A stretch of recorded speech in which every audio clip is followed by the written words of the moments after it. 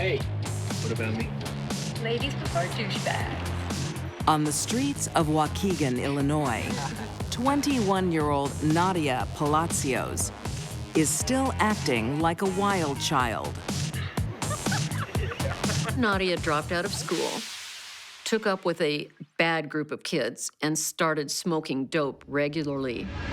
Now she's graduated to getting high on harder drugs and dangerous pranks. Yeah, baby. She's driving in a car with some friends of hers in a residential area, and she fires off a shotgun. Neighbors witness the shooting and call 911. Nadia is soon arrested. She goes to the Waukegan Police Department.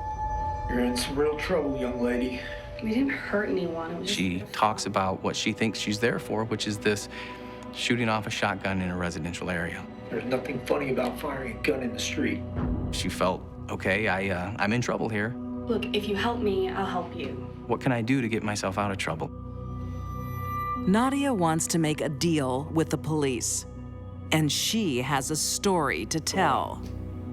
I know about a murder. Let me tell you a little bit about what I know happened. Let me tell you a little bit about a murder that I heard about. 12 months earlier in 2011, Nadia's home is a hub of drug activity, thanks to her boyfriend, 23-year-old Roberto Guzman. Roberto Guzman was a large quantity drug dealer. Customers come and go.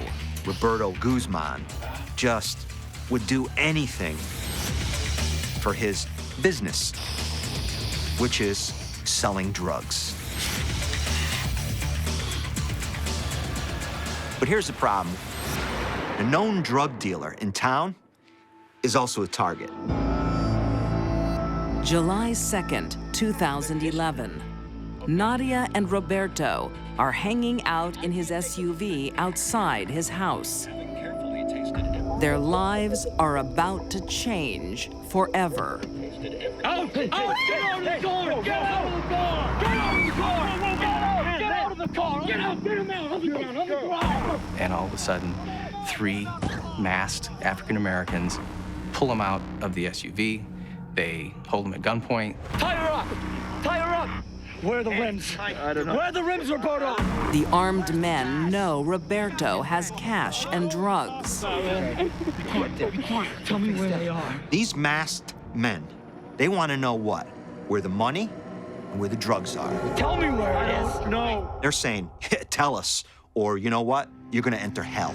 Into the house. Get up. Roberto refuses to talk.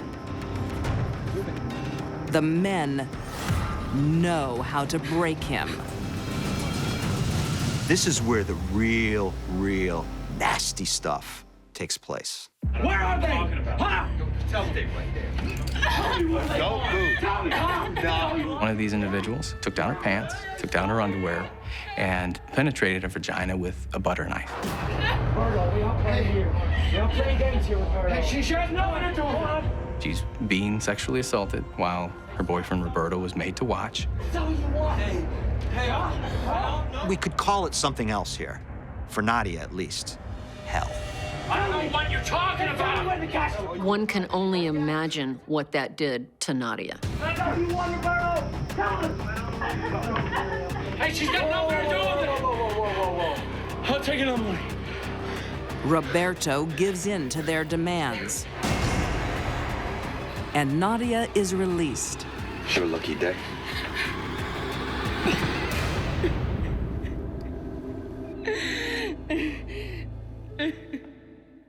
One of them was holding me against the wall, and She goes straight to the police to report the sexual assault. Anyone who is put through that trauma would be distraught, devastated from what happened to her. and then the other one grabbed a knife. They did all they could to investigate a very serious sexual assault of Nadia Palacios. I'd like you to go with the nurse. Just take a few tests. They took it very seriously. How can we solve this crime? But within 24 hours, Nadia stops cooperating with the police. She quit returning their phone calls. They apparently weren't going fast enough for Nadia Palacios. Nadia's not interested in the justice system. She wants revenge, street style. If the police had solved it, they would have arrested people, and those people would have gone to jail and then prison, making it very difficult for Roberto and Nadia to get to them. If they find the guy, he's gonna pay. So, how does Nadia finger him? Remember, he's wearing a mask. How can she be sure it's him? Roberto thinks it's someone they know. Hey, Roberto there? Roberto Guzman believed that it may have been David Campbell. 27-year-old David is the only African-American to come to their house. Dog called me baby girl. She recognized him as possibly the perpetrator of the sexual assault by his voice, And his smell, he smelled like dog. by a scent that he had. She had talked about the way the individual talked to her, They are. Yeah? All right, baby girl. Okay. Baby girl, Tell us. you ready? the way that he used the phrase baby girl. Baby girl? And there's one more clue that condemns David. He wears the same sneakers as the rapist. And so that's kind of how they landed on David Campbell. Roberto planted the seed that it might have been him that had raped her. That's all she needed to hear. I got a job for you. So Nadia and her boyfriend devise a plan out of Pulp Fiction, really.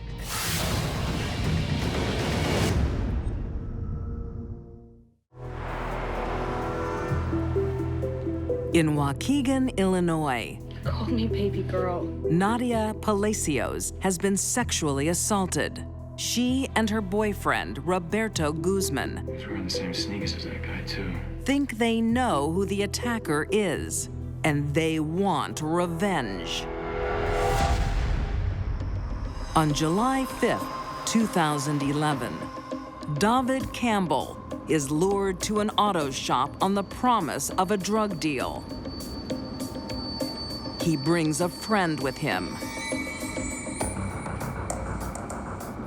They're just through here. Follow me. Thanks, baby girl. The two men are walking into a trap. Nadia locked the door behind them and told them to go to the office inside the body shop.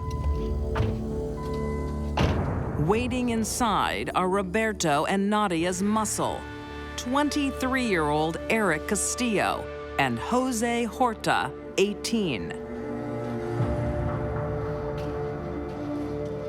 Nadia wants a full confession. What are you doing? You remember this girl? Look at me. What are you doing? What are you talking about, man? I know it was you, okay? Girl, I didn't do anything. You recognize this girl? And what is he saying? I'm not that guy. I did not rape her. We know it was you, so just admit! Please, Roberto, man, I didn't do anything, man, please. He's pleading with them. Please believe me. Please. Eric Castillo takes a hammer from the table, hits him in the head with the hammer, and says, "Now do you remember?" Do you remember now? When he was unable to still answer, they decided to further the interrogation by placing plastic bags over his head. Now it's not answers Nadia wants. It's payback. She gets a blowtorch. A blowtorch. And she decides, Please, man. I'm gonna torture him for what he did to me.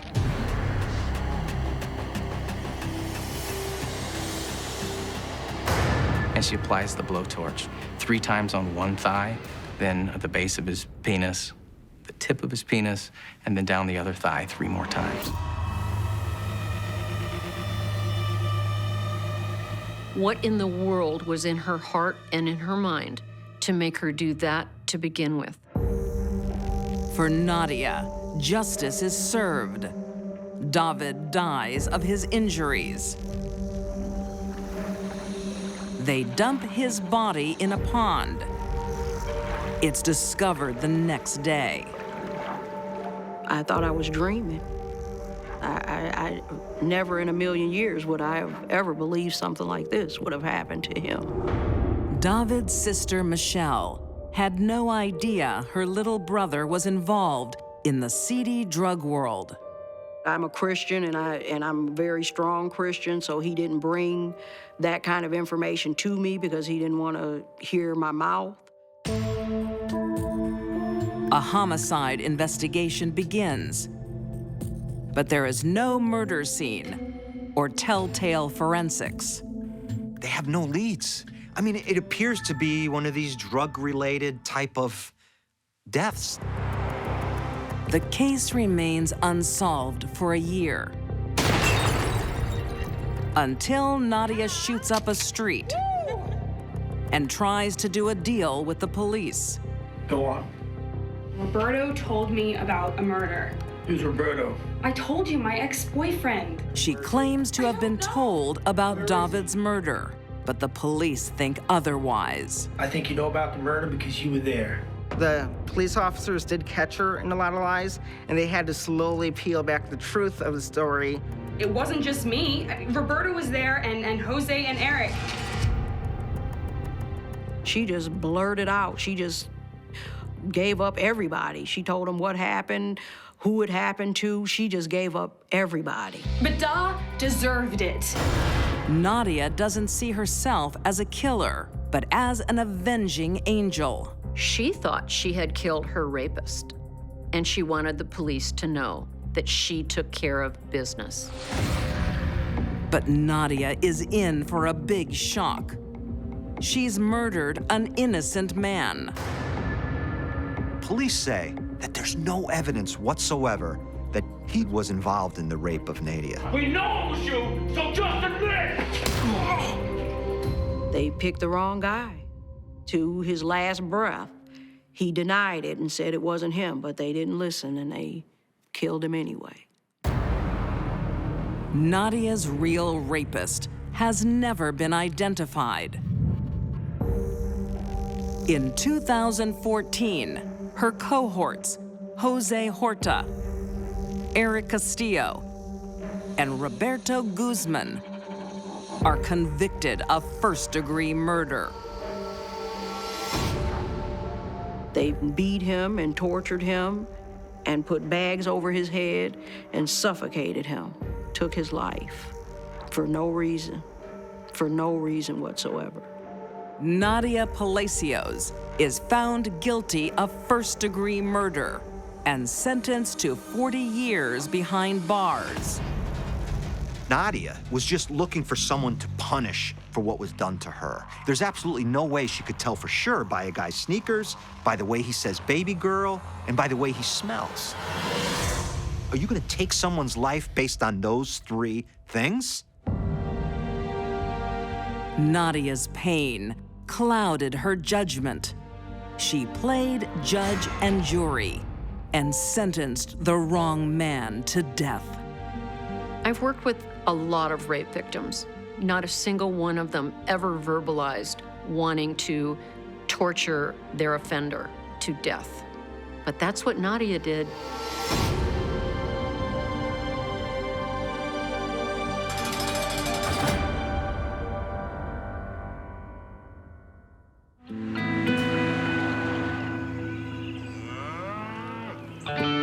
The tiny farm community of Colbert, Georgia.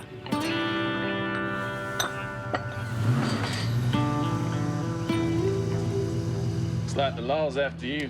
Lucky me. 38-year-old weightlifter Doug Benton doesn't mind a brush with the law. His new girlfriend is Deputy Sheriff 35-year-old Tracy Fortson. Tracy's personal license plate was too tough to. That's how Tracy wanted to be seen by others, as a toughie. Like to meet the new lady in my life. Hell, I thought you were here to take him away. I will if you don't behave. She was into motorbike riding, she was into hunting, and she was into weightlifting. Y'all ladies ready for a real workout? the perfect woman for Doug. He was big into weightlifting and operated his own business of welding. Doug was a bodybuilder and an outdoorsman. That was a good fit for Tracy.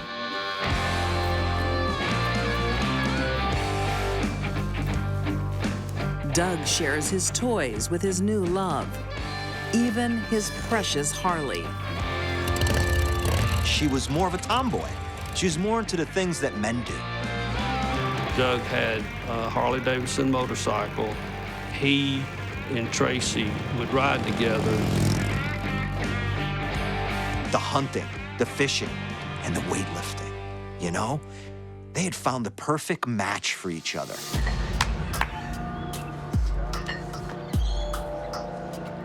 There's just one thing Tracy wants to change.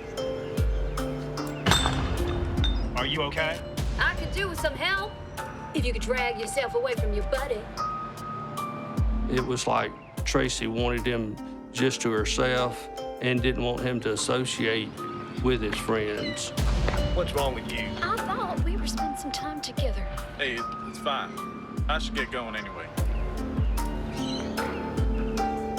You know, love at first sight, though, quickly turns into arguing at any chance they got. Oh, hey, Joe. No, it's okay, though. I'll catch you later.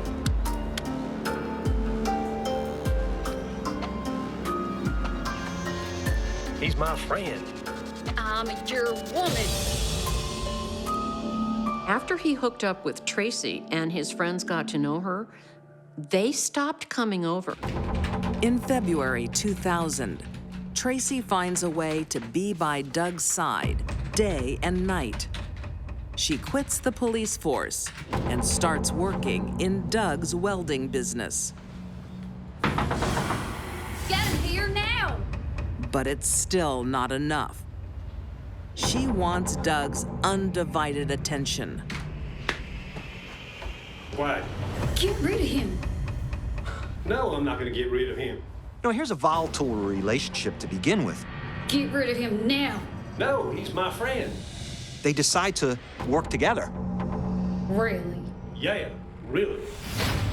Is this a recipe for a disaster? If Tracy doesn't get her own way, she retaliates.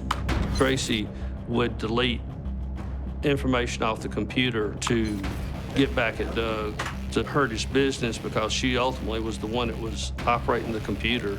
Get out of there! Tracy had to have known how Doug would react. That kind of behavior screams, it's fight night.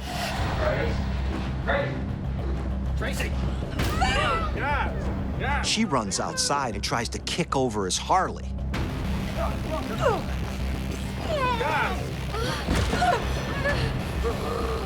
You don't do that to a man's bike. Doug gets really, really angry with her. I'll do better than that. The situation escalates to a dangerous new level. Doug knew that she kept a gun in her truck. You come out of that car with a gun, there's gonna be trouble. This relationship is like a powder keg with sparks flying. There's two guns involved.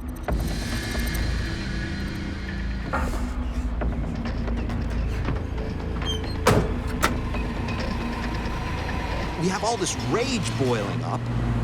Something's bound to happen in this situation. How can it not happen? Man, you need to get away from her. When Doug and Tracy drew their weapons, guns, on each other, that should have been the end of the relationship. Sadly, it wasn't. Doug doesn't know. Tracy is no stranger to violence.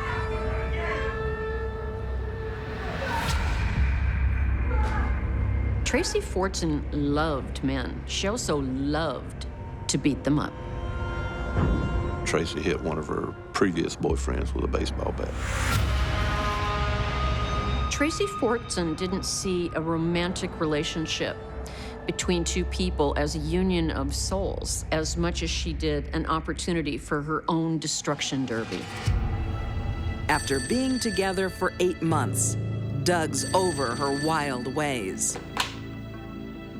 Hello? I'm coming over. I just want to talk.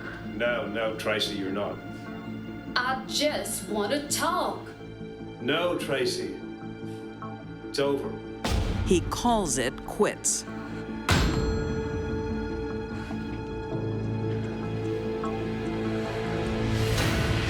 To a sociopath, rejection is like pouring gasoline on an inferno.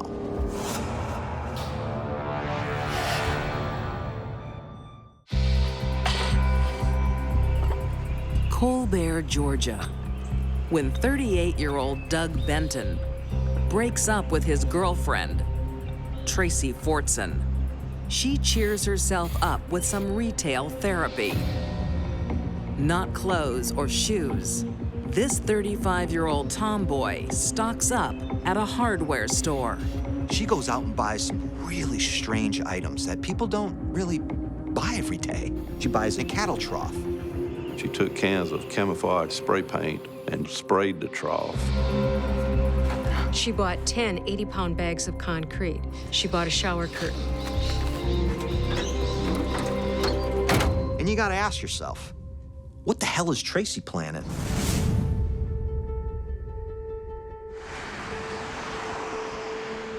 On June 4th, 2000, Tracy's ready to see Doug one more time.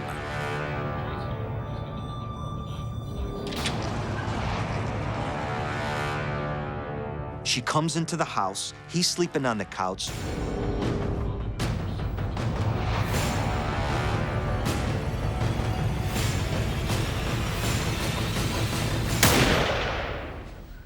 She shoots him in the head with a .22. But Doug isn't dead, just defenseless. He'd be bleeding from the top of his head where the bullet entered. He would be inhaling blood into his lungs. It would take him minutes to stop breathing.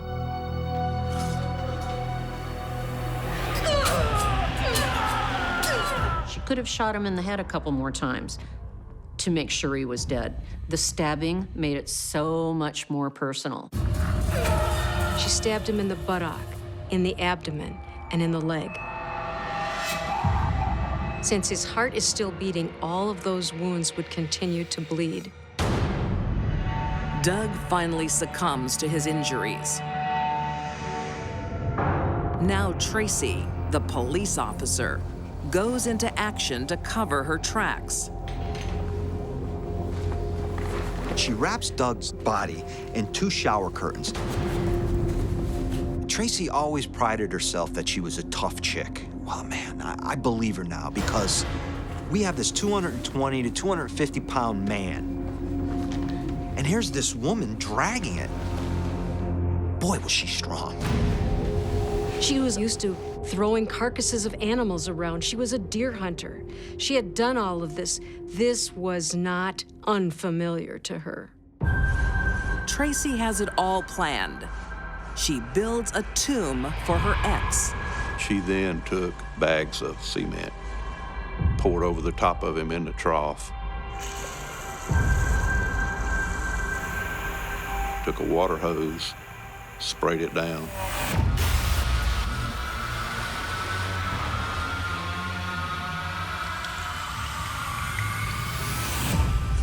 She puts peat moss on the top, and then she sits around and she waits for it all to dry.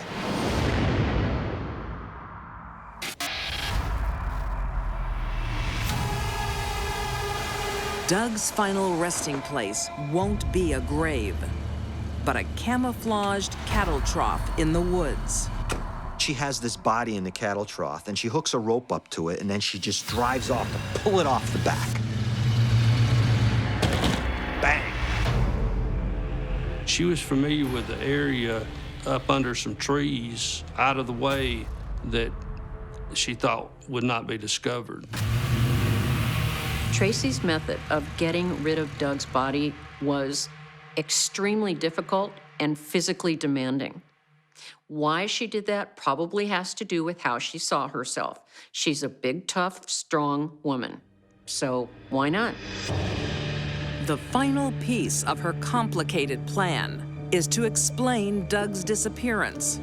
She parks his truck outside his friend's house. His truck was found at a friend's house with a note taped on the window that said, I've gone out of town, don't bother looking for me. Tracy's camouflage proves pathetic. It's easily spotted by the first person that comes across it 2 weeks later. And it smells.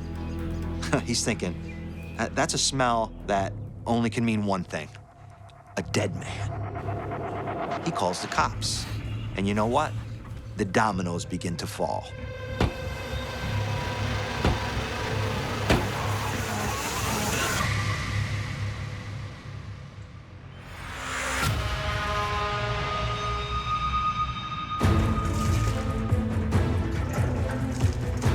Tracy starts to panic.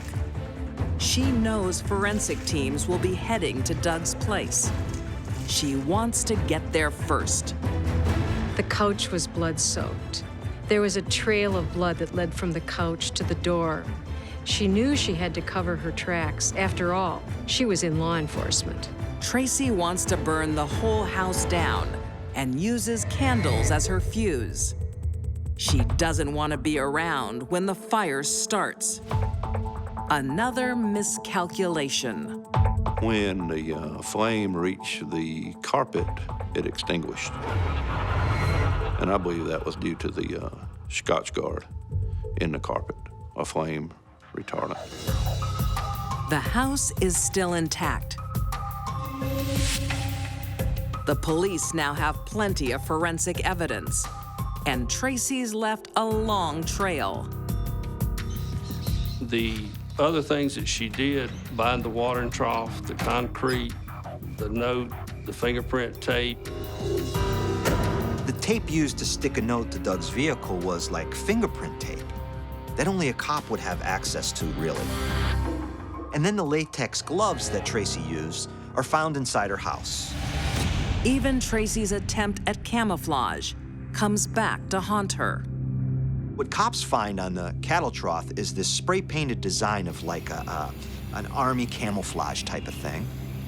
And then they also find a similar one on Tracy's mailbox. It was obvious that, she was the perpetrator. The only evidence Tracy did not leave was a signpost pointing to her head. In March 2004, Tracy Fortson is convicted of malice murder and sentenced to life in prison. It seemed like she was just an upset lover that saw a relationship that she didn't want to lose go away. I just want to talk. It's over. It seemed like she just couldn't accept it. Tracy Fortson wanted total control. When Doug dumped her, he sowed the seeds of revenge and paid the ultimate price. There was a tremendous amount of effort and planning put into this murder. Tracy didn't snap. Tracy had wanted Doug dead for quite a while.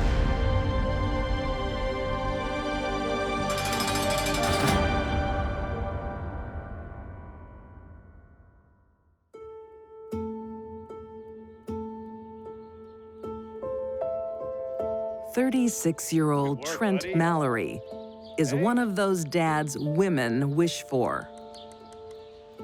He was a hard worker. He was a great father and great provider and great person. Amber, we made something for you. Come take a look. Amber Smith knows she has a keeper, and she needs one to help with their sick son. This looks amazing. It's a glitter painting. I love it. He was born with a serious heart condition. At one point, he got a heart transplant.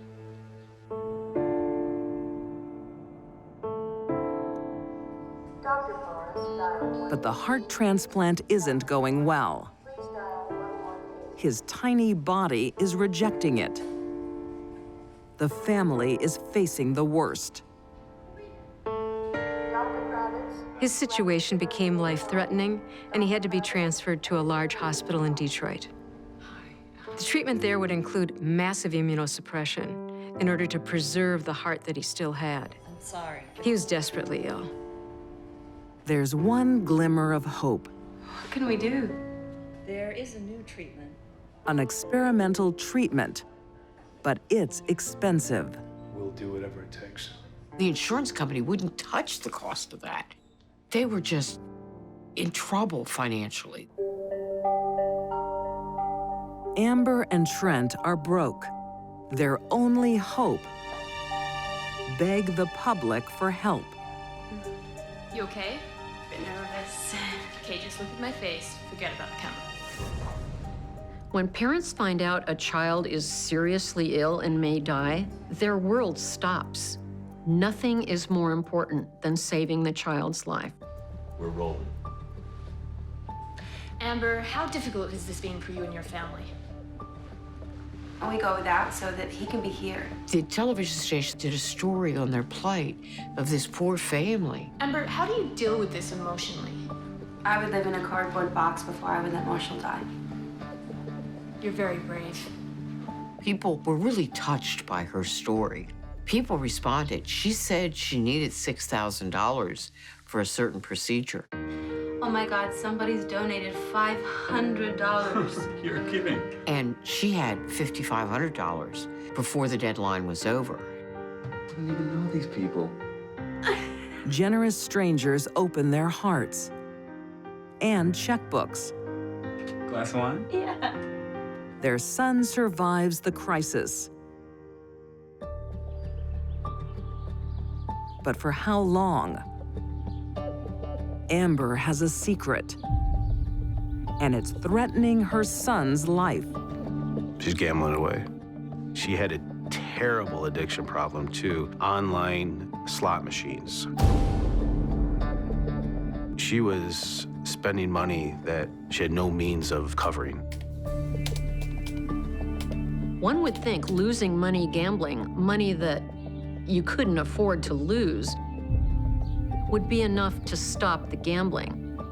But in Amber's case, every time she gambled, there was a momentary thrill that possibly she would win, and all her troubles would be over.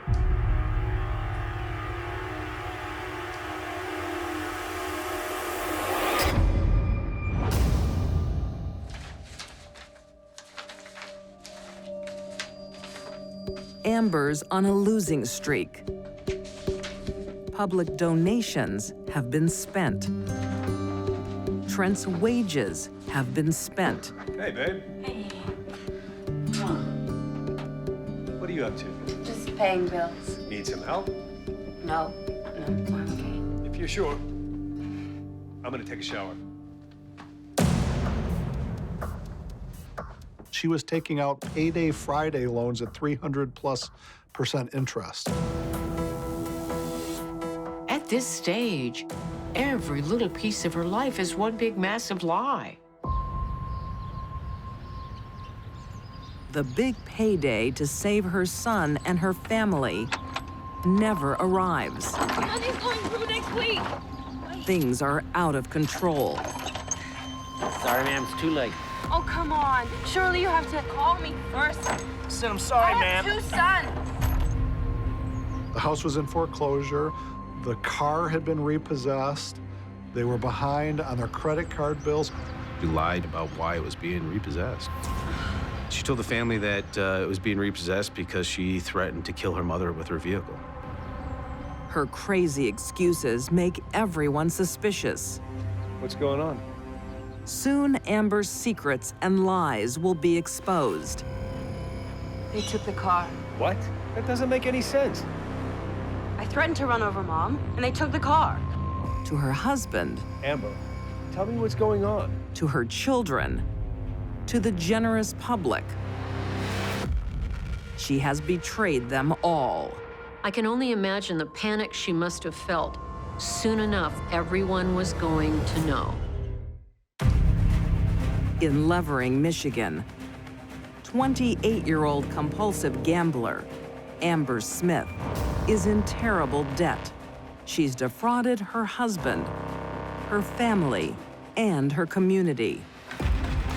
Now there's almost nothing left to steal. Almost.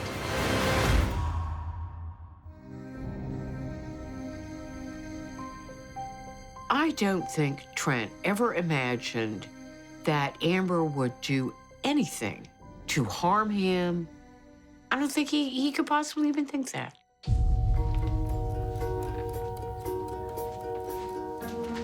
The morning of March 6th, 2014, starts like any other. Amber had her day planned out. She had to take one of the children in to be treated for an ear infection, go get coffee, run some other errands. Oh, Mommy just forgot something. I'll be back in a second, okay? But Amber returns to the house. She wants to be alone with Trent. When it was quiet, when it was just him and her, he was ambushed.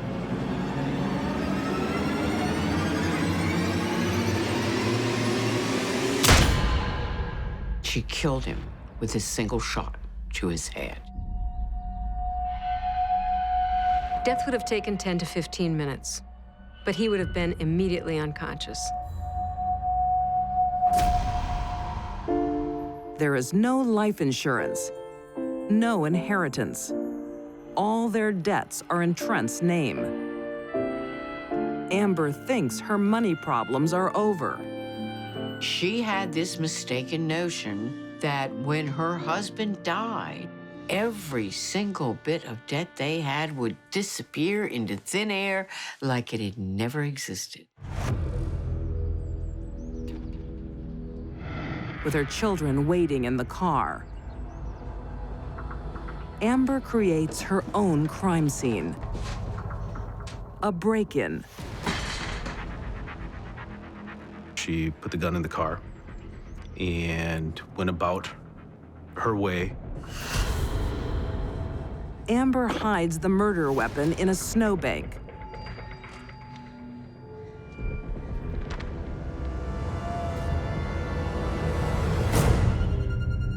Then dials 911. My house has been broken into. There's stuff everywhere. When police arrive, nothing adds up.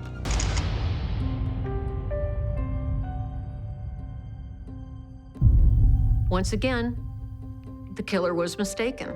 That's not how home invasions happen, and the police know this. It was just not plausible. There were numerous guns found in the house, and none of them were taken. Those were probably the most valuable items that would have been stolen in any home invasion. Police have Amber in their sights, but they need the murder weapon. Within days, when the snow melts, they find it. Really? In a snowbank for safekeeping? Nothing this woman did make any sense. Nothing. From the time she started gambling on, it was Stupidville. It gets worse. Amber has tried to sell the weapon online, leaving the police a digital trail. The gun in the snowbank combined with the pictures of the gun on her phone, there was no question at all about her guilt. Amber Smith is found guilty of first-degree premeditated murder in October 2014. She's imprisoned for life without parole. Anyone who could execute the person that they love the most in the world is extremely dangerous. No one denies Amber was under incredible stress. Some may even forgive her for trying to win big to save the family. But to murder her adoring husband? When Amber killed Trent, she not only took his life away, and she not only put herself in prison, she destroyed the boys' lives. I don't think it's ever possible to really know, because I don't think Amber understands what was going on in her mind.